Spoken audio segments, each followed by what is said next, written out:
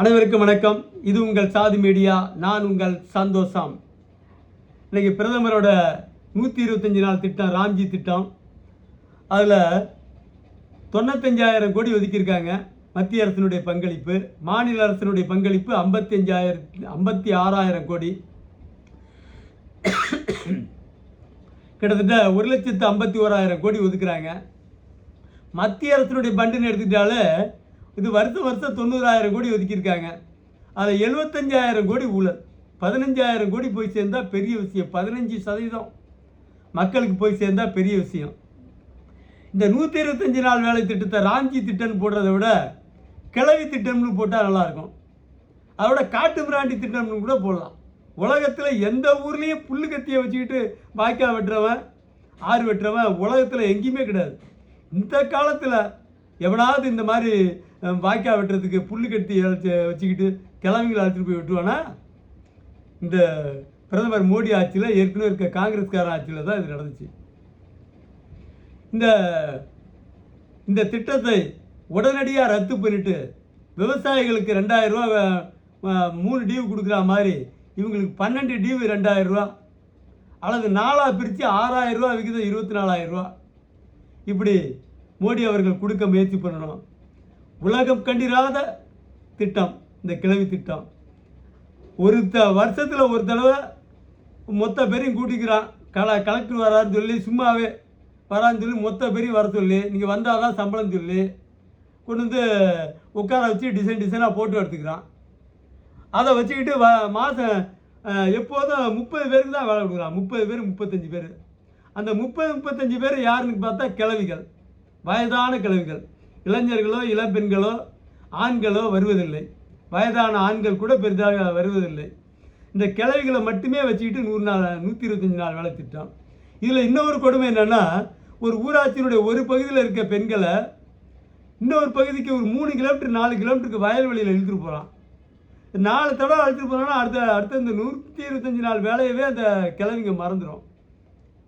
கொஞ்சோண்டு ஏற்று பேசிட்டா போதும். லேசாக ஊராட்சி தலைவர்கள் வேலைக்கே சேர்த்துக்க மாட்டான். இப்போ என்ன செய்ய முடியும்? அவனை எதிர்த்து போயெல்லாம் வேலை செஞ்சு சம்பளம் வாங்க முடியாது. அப்படி ஒரு கொடுமையான சூழல் இந்த நாட்டில். பெரிய அக்கிரமம் நடக்குது. ஊராட்சி தலைவர்கள், நீங்கள் மோடி அரசு ஒதுக்குற தொகைக்கு தமிழ்நாட்டை பொறுத்த வரைக்கும் 12,000, மாநில அரசினுடைய பங்களிப்பு 5,000 கோடி, மத்திய அரசினுடைய பங்களிப்பு 7,500 கோடி என ஆக 12,500 கோடி. 12,500 ஊராட்சிகளுக்கு தலா 1 கோடி ரூபாய் விகிதம் ஒதுக்கப்படுகிறது ஆண்டுக்கு. அதில் 15 லட்சம் ரூபாய் அதிகபட்சமாக மக்களுக்கு போய் சேருது. 85 லட்சம் ரூபாய் ஊழல். இந்த டிஜிட்டல் அது அத்தனையும் நோ யூஸ், எல்லாத்தையும் டேக்காக கொடுத்துருவான். அதிகாரிங்க அழகாக பங்கு பிரிச்சுக்கிறான். டெல்லி வரைக்கும், டெல்லியிலேருந்து வருகிற டெல்லியினுடைய அதிகாரிகள், ஆடிட்டர்களுக்கெல்லாம் பட்டுவாடா நடக்குது. அதனால் மோடி அவர்கள் இந்த காட்டு மிராண்டி திட்டத்தை, இந்த கிளவி திட்டத்தை ரத்து செய்து மக்களுக்கு பயனுள்ள வகையில் பணத்தை கொடுக்க வேண்டும்.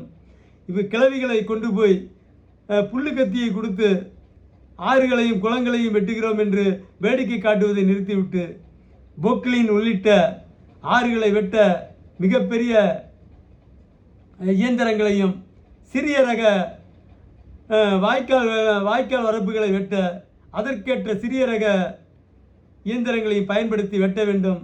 உலகின் கேலிக்கூத்தான ஒரு திட்டமான இந்த 125 நாள் வேலை திட்டத்தை, ஊழலின் மிகப்பெரிய ஊழல் திட்டமான 125 நாள் ஊழல் திட்டத்தை உடனடியாக ஒழிக்க வேண்டும்.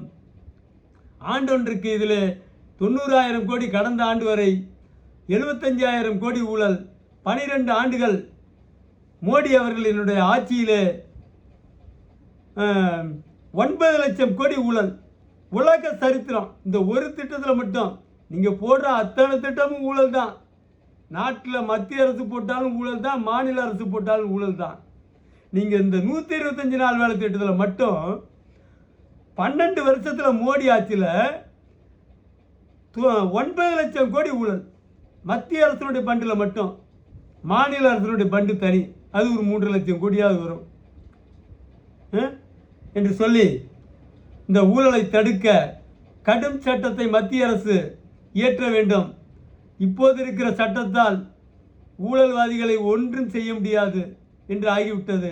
குறைந்தபட்ச தண்டனையாக 20 ஆண்டுகளாவது ஊழல் செய்வோருக்கு, லஞ்சம் வாங்குவோருக்கு தண்டனை விதிக்க மத்திய அரசு ஆவணம் செய்ய வேண்டும் என்று கேட்டு முடிக்கிறேன். நன்றி, வணக்கம்.